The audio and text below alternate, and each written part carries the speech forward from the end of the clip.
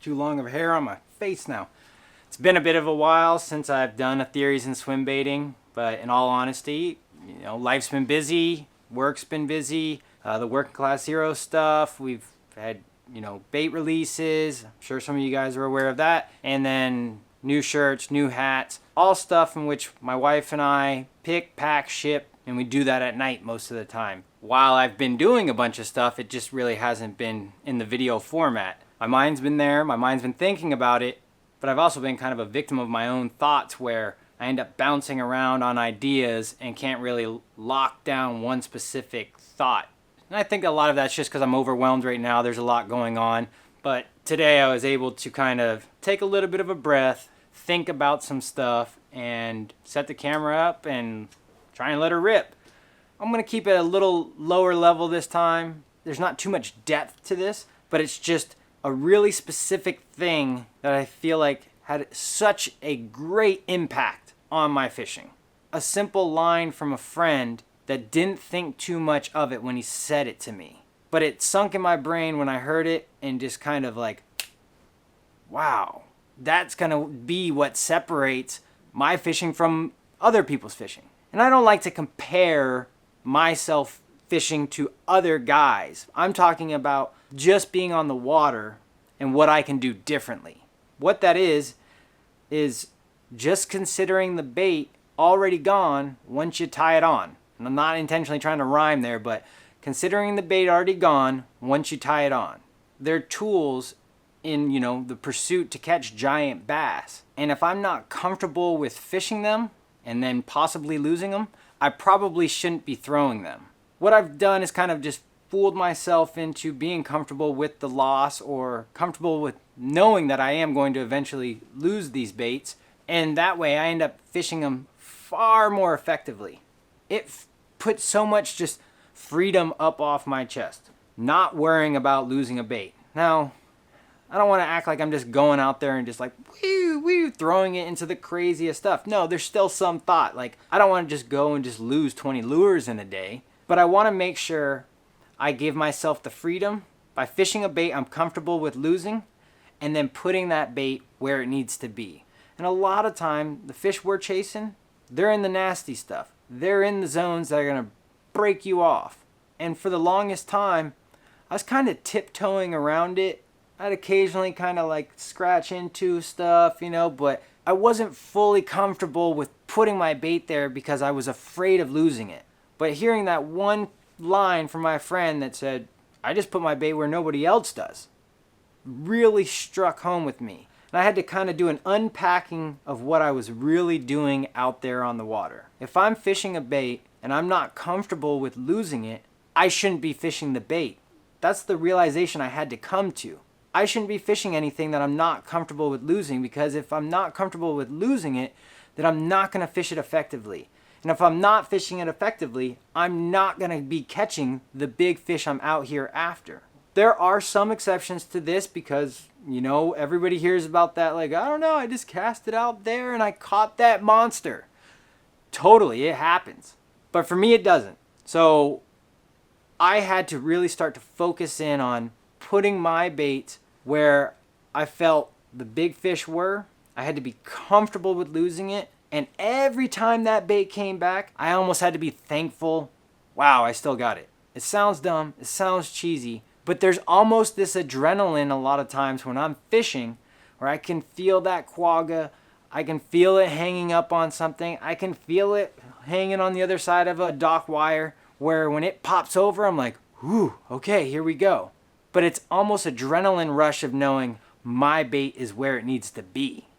By my bait being there, and me having the freedom of mind to go, I don't care if I lose this bait, that's where the big fish are at, that's where I'm going to get the bites. And since I kind of adopted that mindset, I can't explain how much it's helped my fishing. I've changed a lot of how I fish, specifically wrapped around that. I've really kind of eased back on the hard baits because, quite frankly, they're just too expensive for my blood. The only exception is I really put that Hinkle bait in a lot of sketchy spots. But I feel like that's why I had a lot of successful days with that bait. Whether it was putting it down at 30 feet and feeling it hanging up on the rock pile, or throwing it up like a lot of you guys have seen in like the 17-pound video. When that fish ate that bait was running a foot outside that dock. I had to be willing to put that bait where it needed to be. And honestly, it could have been even closer. Like now, if I'm going to fish that dock, I would probably run that thing up underneath it more and more and more. I was skirting underneath the boats at that time, but I was still playing hooky with the, the wires. I was getting a little sketched on it. But once those fish kind of wisened up to that specific action, I had to adapt to that. And I knew I wasn't going to be willing to put them in a maximum risk zone. Like I was still going to fish them in relatively safe spaces. So if I wanted to be effective again, I was going to have to switch up my whole kit. And for me, that was switching back over to soft baits almost 95% of the time. And that's just because I had to be comfortable with knowing I was going to lose the baits if I'm fishing them right and fishing them where they should be.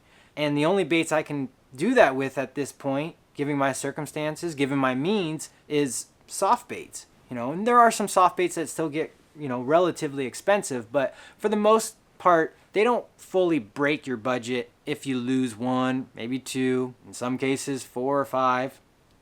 I think the reward outweighs the loss because I know, hey, I'm going to keep putting them in those high risk places because I know that's where the fish are at.